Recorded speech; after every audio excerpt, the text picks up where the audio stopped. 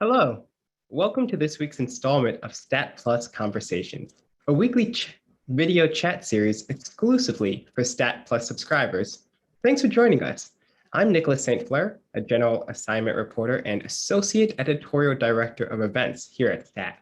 And in just a few moments, I'll be joined by Megan Motini, a science writer here at Stat. But first, a few quick housekeeping items. At the bottom of your screen, you should see a few icons. Use the chat feature to chat amongst yourselves or send a message directly to the Stat team.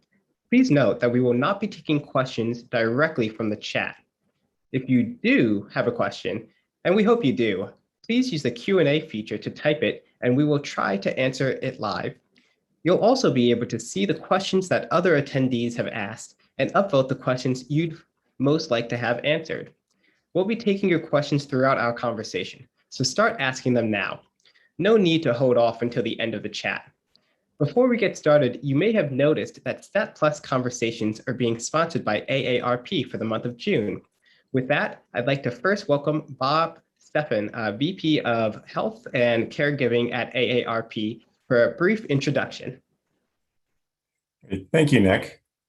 The pandemic has shown us that hardworking family caregivers need all the support they can get. The cost of caring for a loved one continues to rise, and many family caregivers have left the workforce to care for older parents, spouses, friends, and other loved ones. The work of caregiving is costly. Pre-COVID, 1 in 5 caregivers reported high financial strain. 1 in 3 of those affected stopped saving, and 1 in 4 took on more debt. And this adds up.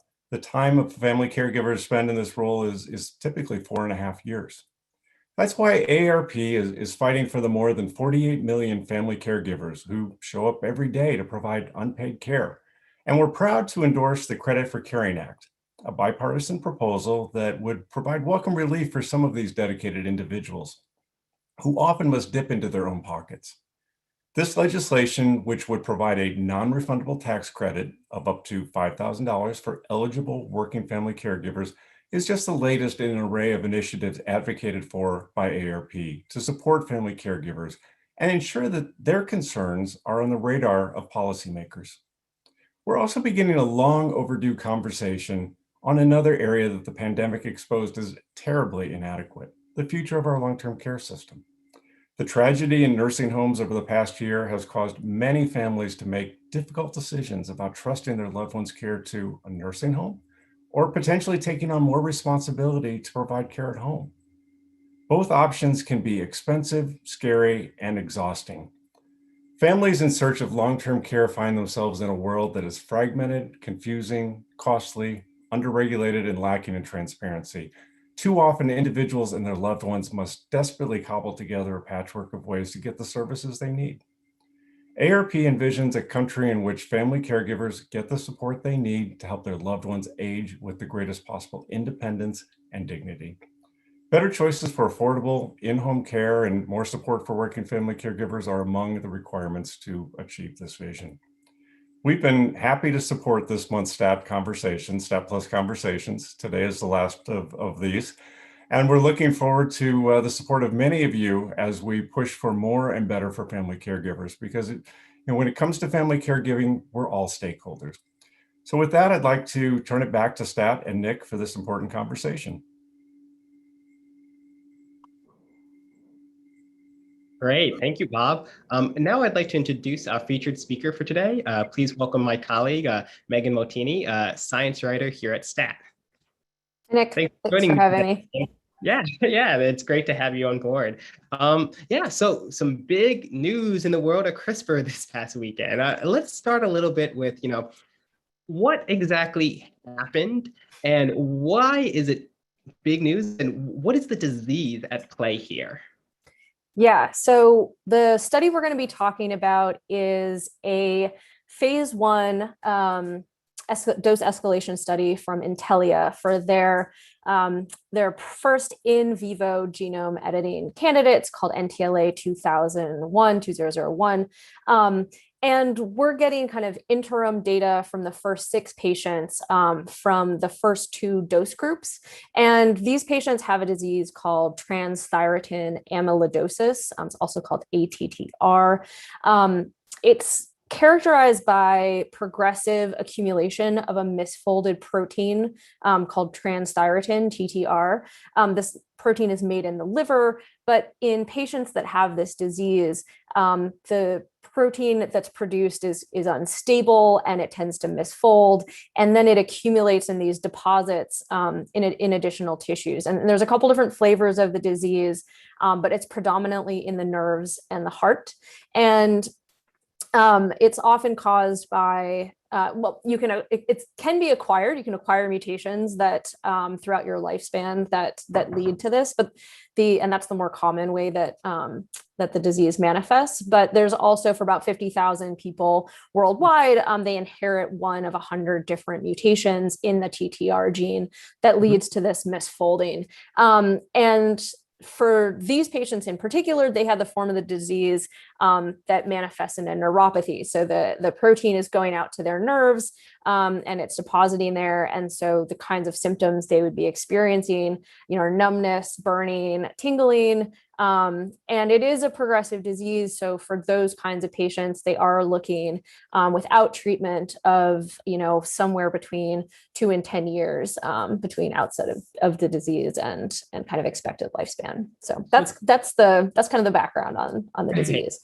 So for people who might be unfamiliar with this disease, why was this a good candidate for this study for CRISPR? Yeah, that's a great question. So there's a couple good reasons why it was a good candidate. One is that this is primarily a disease where the protein that is the problem is produced in the liver. So about more than 95% of these junky proteins get made in the liver. And the liver is kind of the easiest place that, given existing technologies, we have, it's the easiest organ to target with things like genetic products. So that means CRISPR, but it also means like silencing RNAs. We're going to talk a little bit about the kinds of drugs that are, already on the market that do this, but also things like gene therapy. Right now, kind of the existing technology we have for targeting tissues, the liver is the easiest one because it filters all the blood. So if you put something into the bloodstream, it's, going to wind up one way or another in the liver. So this is kind of a natural fit for that.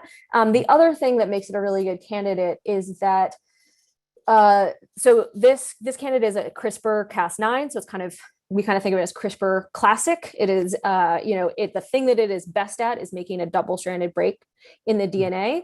And in this case, the way what we've seen historically from the drugs that have worked is that you want to just eliminate the production of this junky TTR protein. And so the way that Intellia's gene editor is designed to do that is to break the faulty gene completely, disabling it, and just driving down the production of this protein so that it can't go out and disperse into these tissues and accumulate. So for both of those reasons, that's why I think this is why we're seeing this application, here first.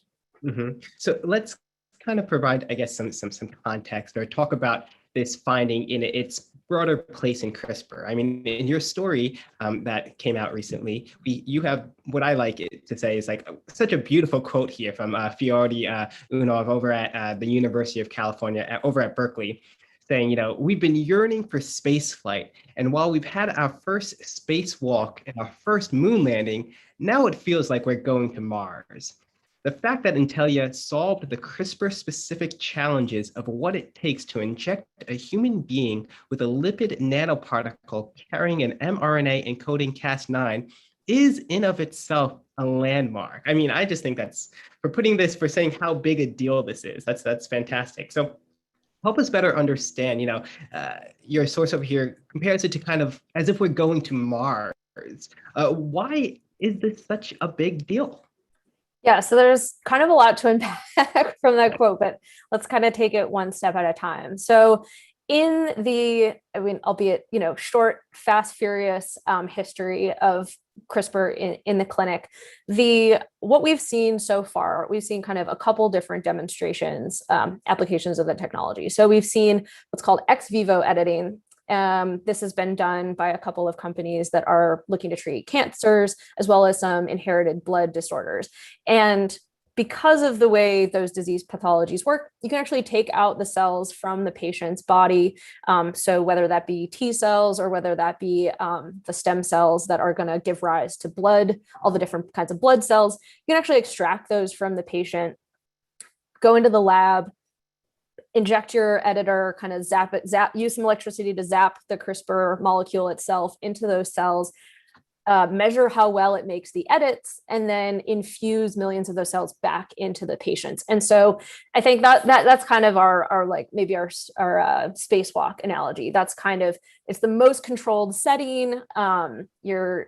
It's still, you don't know necessarily what's going to happen when you infuse them back in, but you have a really good sense of control over the edits that you're making in the cells.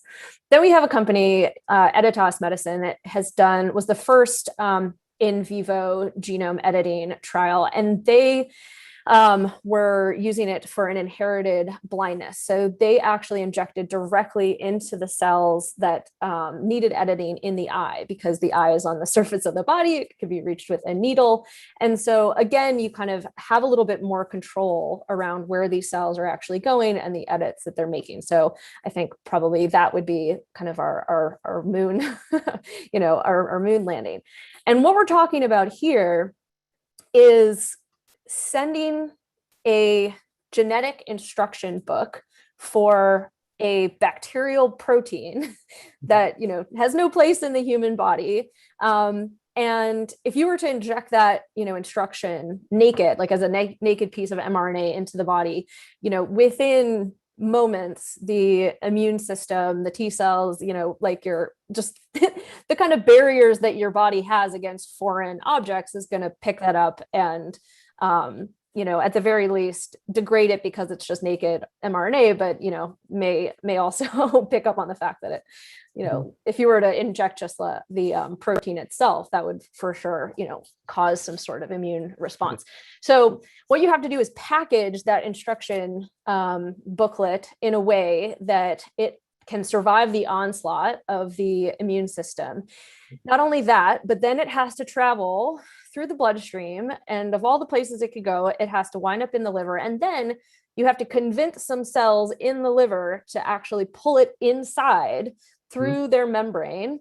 And then you have to get that instruction booklet, that little mRNA, to release from the package that's carrying it so that it can be freed up inside the cell and a ribosome can grab it and translate it and then make the protein that can then make the cut in the DNA. And your DNA is your body's like most closely guarded asset. So like you're really talking about this like incredible adventure to get this editor there. And so I think that is the like going to Mars is not only do you have to kind of engineer something that's going to withstand kind of unknowns out in space, but you also don't know you can do it until you do it. And there's, in the same way that we don't know if we can send a human to Mars, like we don't know if we can edit the cells of a liver inside a human until we do it in a human. So I think hopefully that kind of gives you a sense of, I think, what the analogy is.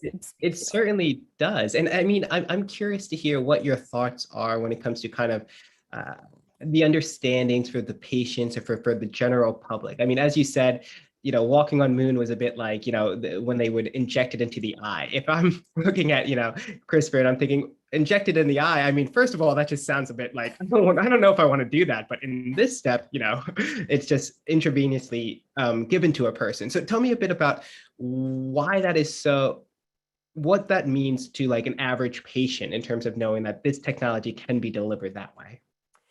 Sure. I mean, I think for this particular patient, so for patients who have this disease, what it potentially offers is a one-time, more or less, we think curative administration. Basically, so the data that we see coming out of this interim phase 1 study, while it was designed to test safety, it did collect some information on how well the cells got edited.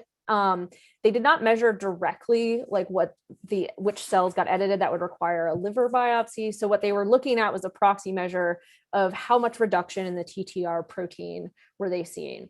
And so there were two dose cohorts. We had a lower dose, which was 0.1 milligrams per kilogram. Yes, milligrams per kilogram. And so that was 3 patients. And we saw between a 47 and 56% reduction in the levels of TTR proteins that were circulating in their blood. In the 0.3 milligram per kilogram group, we saw an average of 87% reduction. So there's that, based on what Intellia has shown in their preclinical work in non-primate or non-human primate models, the expectation is that's getting close to like most of the liver hepatocytes getting edited enough that you see these drastic reductions in protein levels. And so for patients with this disease, their options, well, up until a few years ago, their only options were liver transplants, which was a pretty drastic step. But a couple of years ago, 2 important drugs were approved by the FDA, and they're both RNA silencers. So they kind of work by, instead of editing the DNA of the cells itself, they kind of match the mRNA instruction for this protein, this TTR protein, and they kind of stick onto it and prevent a ribosome from translating it. And that's the way that they silence that gene and prevent that protein from being made.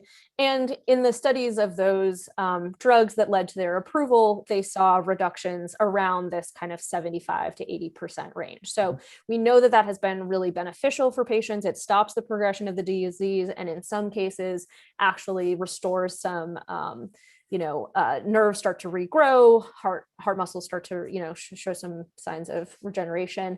And so for patients, so for those drugs that are great are also you require to get dosed with them fairly frequently. So one of them is a weekly shot you give yourself. One of them is a infusion you get every 3 weeks. And for those patients, the silencing kind of has this, so you kind of have this modal, like when you get the silencer, you drop off, but then you start to go up, and then you have to, and so there is this, there are peaks and nadirs in the amount of protein that you're producing, and it's expensive, and there are potential side effects that you have to have pretty frequent blood monitoring to make sure that you're not experiencing those. So for patients, it represents a move away from that kind of very medicalized version of managing your disease to a one-time infusion, which, based on this data, we saw at least, at the higher dosing group, drop down to clinically relevant levels within 28 days. And the expectation is that those levels will stay that low indefinitely based on the primate data. I should say we only have 28 days worth of data that were coming out of this trial in particular. But yes, previous data suggests that it should be a very durable effect. And we'll get into the limitations in a moment as well. But we have some questions here from some of our viewers. And if anyone else has some questions, do feel free to put it in the Q&A so we can see them as opposed to the chat. And if there's a question there that you like, feel free to upvote it as well. So Lena Chow asks, how do you see the relative importance and utilization of in vivo versus in vitro gene editing?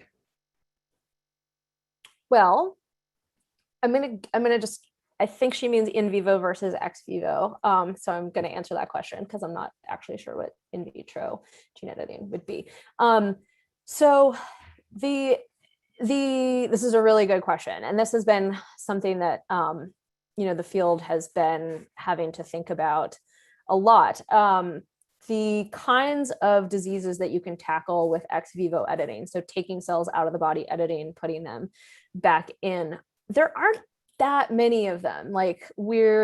So there's a number of cancers you can treat this way if you're editing T cells, which is kind of like a combo with immunotherapy. There's, some blood diseases. There are, where you're basically taking out progenitor cells, but they're the vast majority of rare genetic diseases cannot really be tackled with an ex vivo approach. So things like cystic fibrosis, Duchenne's muscular dystrophy, Huntington's, those require a more targeted approach where you're delivering cells, or you're delivering the editor into the particular cell populations where that edit matters. So cystic fibrosis is kind of a good example of this.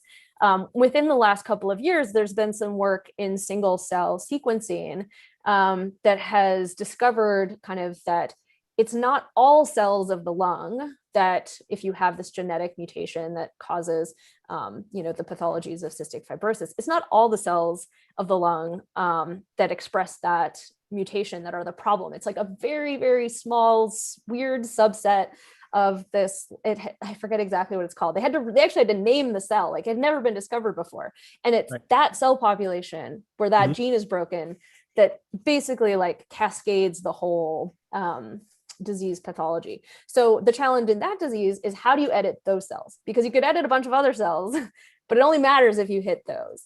And so this is where in vivo editing is, has the biggest potential to make an impact, is in those kinds of diseases where you have to hit a particular population.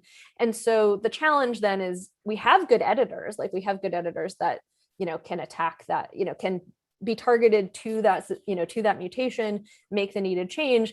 But delivery has been the biggest limiter of where you can, basically, how do you get that payload to where it needs to go? And we still haven't really solved for, tissues of the lung. How do you make sure that if you administer it systemically, that it goes right there, right? Because we're not going to like stick giant needles in people's lungs and try to like find those populations. So you have to do it like biochemically. You have to figure out how do you tag and create and design these molecules that can bring the editor directly to that population where you want the edit to happen. Great. We have some more questions from the audience. And again, I would say, if you have a question, do feel free to put it in the Q&A so that we can see it, as opposed to putting it in the chat. We have a question here from Rikata Das, who asks, which tissues and related diseases other than liver would be most amenable to in vivo gene editing?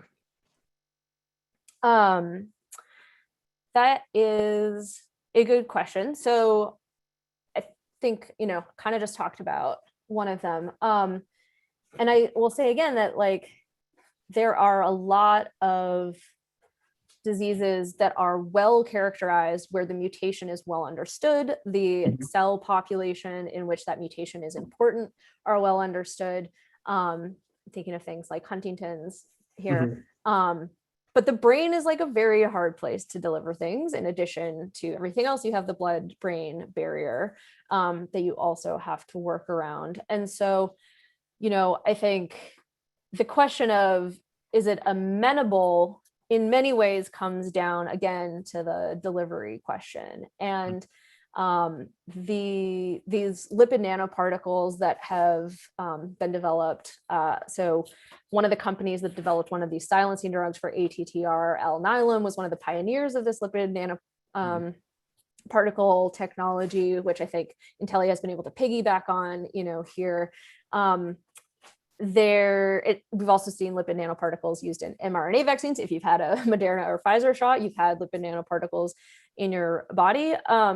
But that technology is built on we're starting to see the impacts of it, but it's been built on a couple of decades of research. And we're just at the start of designing molecules that can have tissue specific tropism, that can go to specific tissues besides the liver. So I think we're really at the beginning phases. There's a lot of interesting work happening in universities and a couple of startups, looking at targeting. Looks like the lungs are looking promising. They're using things like gold nanoparticles, synthetic polymer nanoparticles, and like engineering into them properties to be able to target different tissues. But I think we're really just starting to figure out we're just at the starting phase of that. So my expectation is that we'll see, like, the fact that we did liver was considered, although it sounded, if you remember, like all the things I listed about what you have to do, it's a lot of things. Like the liver is difficult, but it's also kind of considered the lowest hanging fruit. So any diseases that involve, right now, I think what's important is that what Intellia has kind of unlocked here for themselves and for other companies in the genome editing space, is that if you have a disease that is caused by a protein that's expressed in the liver, and whether it's like that protein is, in this case, mangled and doesn't work well, or you produce too much of it, or you don't produce enough of it, any diseases in those class, like now are kind of opened up by this, because all you have to do with CRISPR, all you have to do is change the guide RNA. And, depending on what kind of edit you make, you might have to add another component or two.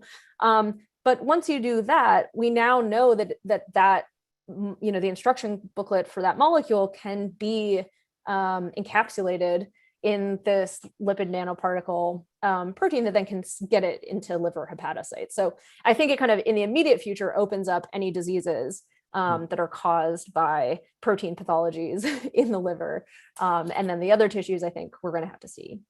And now kind of piggybacking on that question, we have a question from Mitra Miri, which, I love because, it has a little bit of space in it.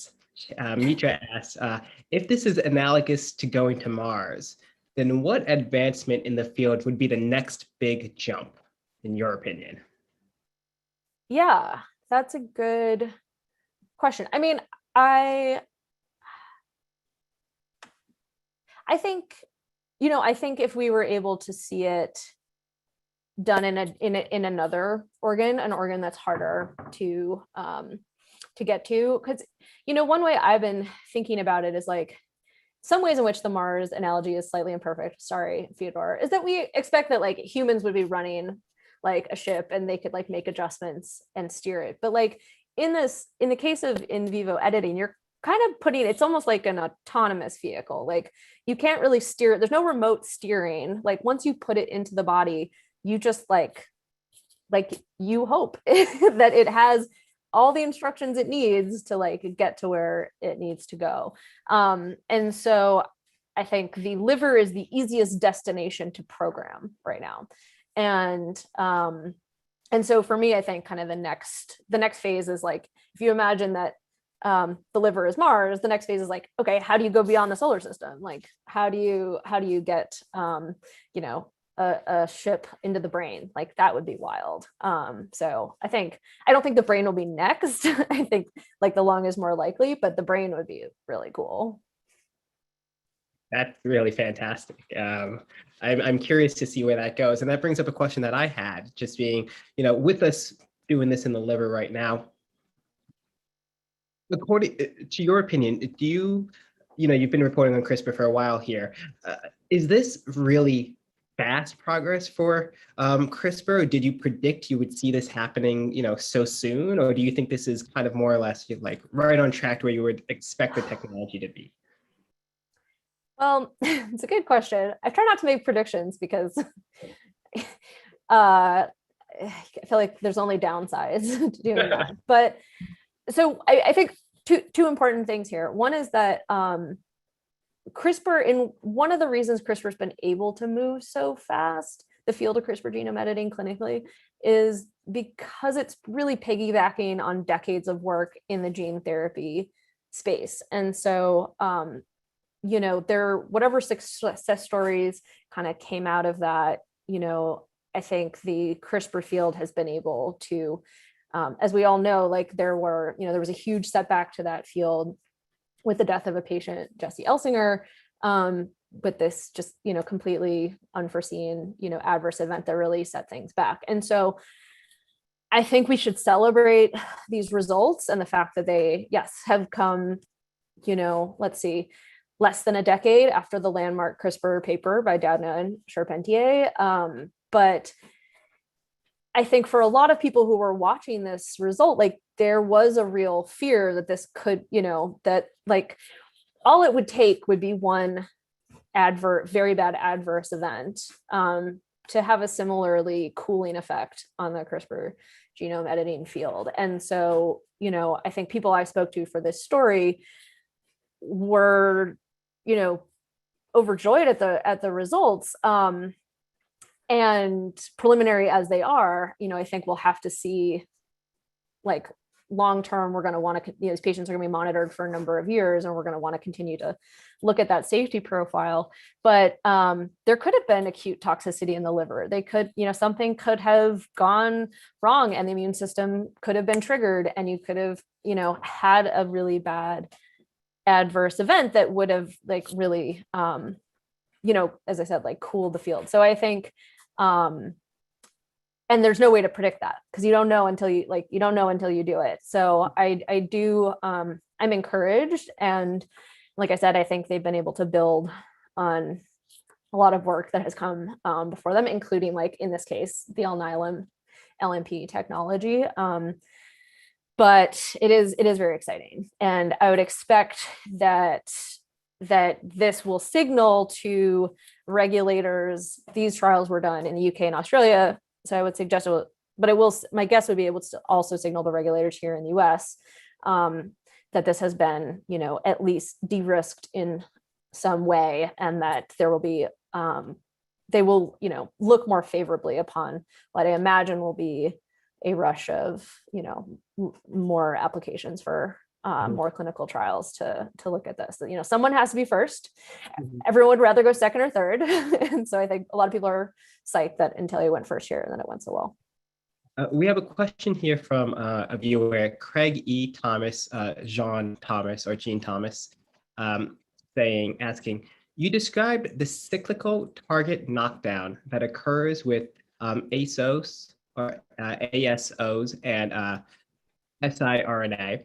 Thus, would you consider in vivo gene editing, at least in the liver where the LNP efficiently delivered the cargo, to be game-changing and a competitive threat to the RNA knockdown drugs? Yeah, that's a good question. So I think it will have to see how the costs shake out, right? So I think that's an important thing to figure out. I think I talked to a couple of doctors who treat a lot of these patients, and for them, they're excited about patients having the choice. Like, for so long, these patients had so little choice in the matter, and so few options. And so certainly, it sounds like there's enthusiasm from this patient population for a one-time thing where they don't have to keep going and getting infused every 3 weeks or self-administer. That being said, both of the RNA knockdown drugs, the one that's, so there's patisiran that's produced by Alnylam under the name Onpattro, and then there's Ionis Pharmaceuticals, Tegsedi. And both of those are now, so there are first generation versions of that drug that I've described that were approved. There are now second generation versions that are currently in clinical trials. One of which, I believe it's the patisiran, which would go from every 3 weeks to like twice a year. And so I think that would kind of narrow the gap between a competitive advantage for something that's a more permanent fix, like would be with Intellia's. When we talked to my colleague Adam Farsi and I talked to the Intellia executives about this, they saw that as one potential competitive advantage, but where they really expect to make a more dramatic impact is on like the size of the knockdown, kind of the magnitude of the impact. They reached, in one patient, 96% knockdown with the 0.3 milligram dose, and they have now currently, they've already started dosing at 1 milligrams, another cohort, and they were intending to do a fourth cohort at even higher, but given these results, they may actually try a lower one to kind of, play with that, safety profile a little bit to kind of wind up with an optimized dose.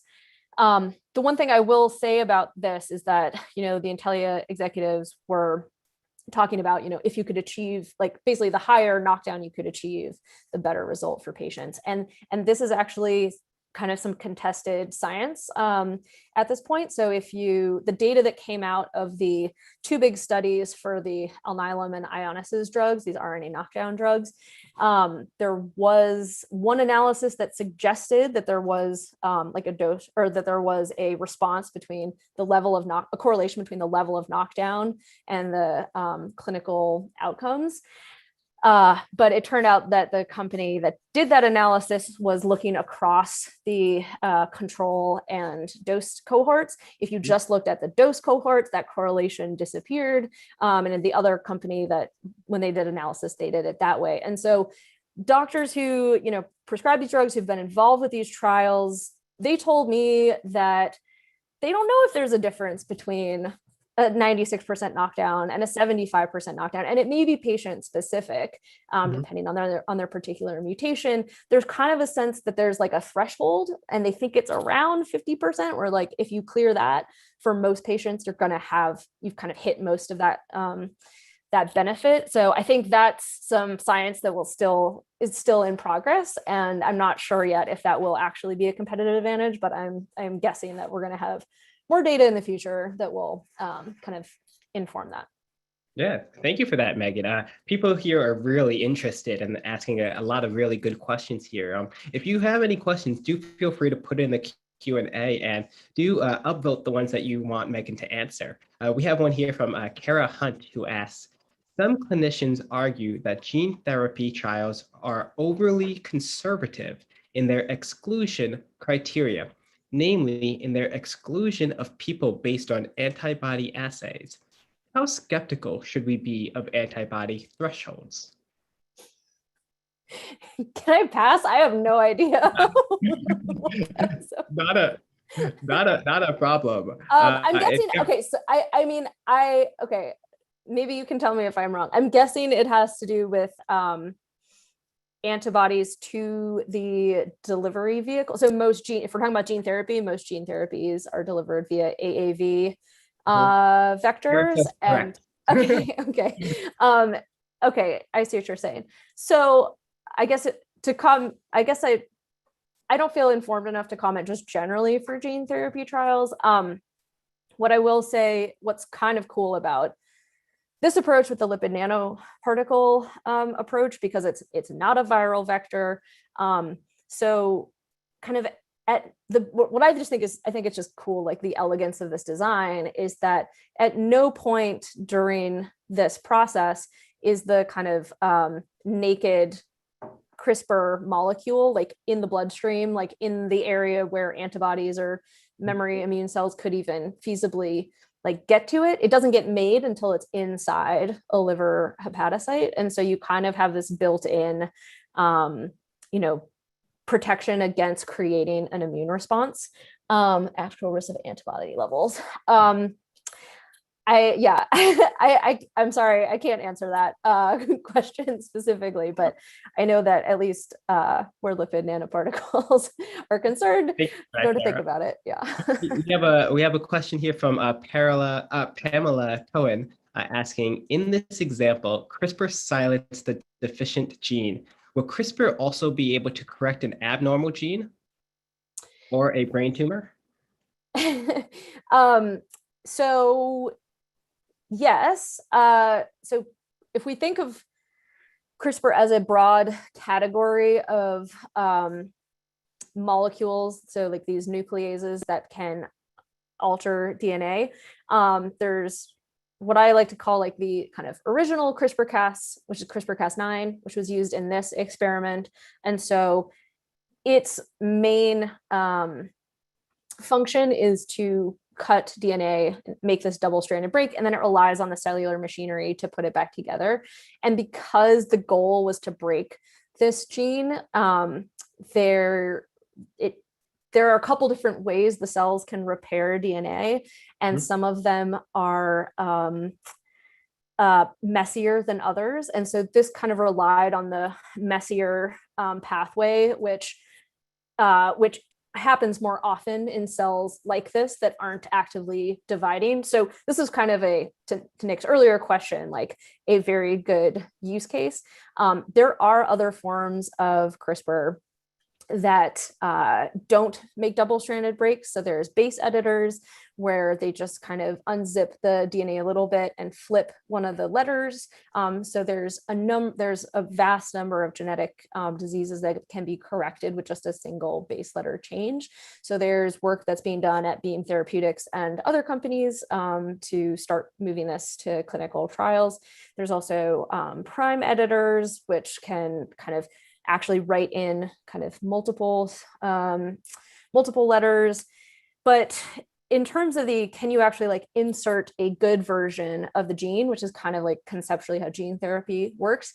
CRISPR-Cas, kind of the more classic CRISPR can do that. It's just way less efficient because what it requires is that you also, along with the molecule and the guide RNA that tells it where to go, you need a little DNA template of that corrected gene. And you have to nudge the cell in a variety of ways to take that template and use that to copy the other side of it. And the cell doesn't really want to do that. Like it doesn't do it very often. That's why the efficiency of it's not very good. So I think there's still a lot of work so it's possible, but it's not happening yet in a way that are super clinically relevant. And so there's needs to be more work to be done if you want to use CRISPR kind of for that in that way. But it is coming. It's just as I said, not the lowest hanging fruit. Right. And we have another question here from Erica Johnlin asking, are there any off-target effects or off-target editing, including within the liver or in other organs? It's a very good question. So the short answer is for these patients, that data has not been reported at this time. So the way that Intellia was asked to demonstrate for regulators that this would not produce off-target effects was in their application. They took patient cells and grew them up in cell lines in the lab, and then applied progressively higher dosing, including like far above what the actual dosing would be for this study, and then ran those cells through kind of the gauntlet of tests to look for off-target effects. So that included some whole genome sequencing, some other more targeted sequencing, and then compared all of those dosing groups to the original cells. And they didn't see off-target effects. And so that was kind of the data that they used to convince regulators that they would not expect to see off-target effects in the human cells that they edited. But they have not been required to go into the liver, biopsy it, and then run that same set of analyses. So at least in this interim data set, that has not been reported. Intellia executives said it might be something they would look at in exploratory studies down the line. But there's nothing we can say right now that we know about these particular patients. But the kind of preclinical data suggests that we should not expect to see off-target effects. Right. And you had mentioned how, this is a bit of a celebration for the CRISPR world, but what are some of the, I guess, limitations that we should still keep in mind when it comes to this particular finding, this study, as we are looking on? Yeah, absolutely. I mean, apply it on their 6 patients, so small numbers. Also, I think importantly, we only have data through 28 days. And so that should eliminate kind of the acute toxicity question, like would there be an immediate immune inflammatory response? And so I think we should feel good that was not observed.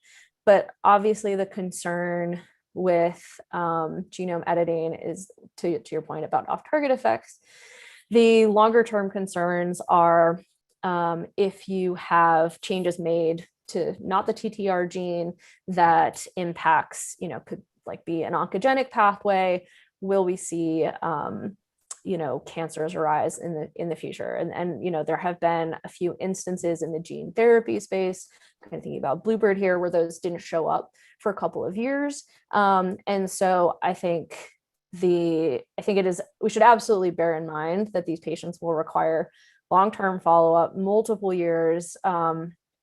And I think in addition to this, the specific follow-up that any kind of genome editing requires, I think the physicians I spoke to also are pretty interested to know what the long-term effects are of eliminating TTR production completely from the human body. Like the body does make this protein for a reason. And the data that we have for the RNA silencers goes back about 8 years. So it seems like, people can live for, 8 years without making this protein and things seem okay, but you just never know if, 10, 20 years down the line, we find out that actually like not having that protein at all has some other unknown effect. And so physicians I spoke to, felt torn between wanting patients to have this one-time fix and knowing that it's irreversible. And so if something changes down the line, like unlike a silencing drug, they can't just, go off and then go, they can't just go off it, right? Like once you've been CRISPR'd, there's kind of no going back. Well, with that, I think it's about time to wrap things up. Megan, thank you just so much for your illuminating chat here. I think we answered a lot of questions. I think a lot of people are coming away with a greater insight into this finding and the future of CRISPR. I want to give a special thank you to AARP for sponsoring and to our audience here for tuning in. Our weekly Stat Plus conversations will be returning on Tuesday, July 20th, after the holiday next week, and our Breakthrough Science Summit taking place July 13th to the 14th. During this summit, we will take you inside innovations, examining how they're being developed, adopted, and paid for. We'll also take a look at the breakthroughs that haven't yet hit the market, but have the potential to redefine health and medicine in the years to come. More information and registration details to join us can be found on our website, and we hope you'll join us then. Thanks again, everyone, and stay cool.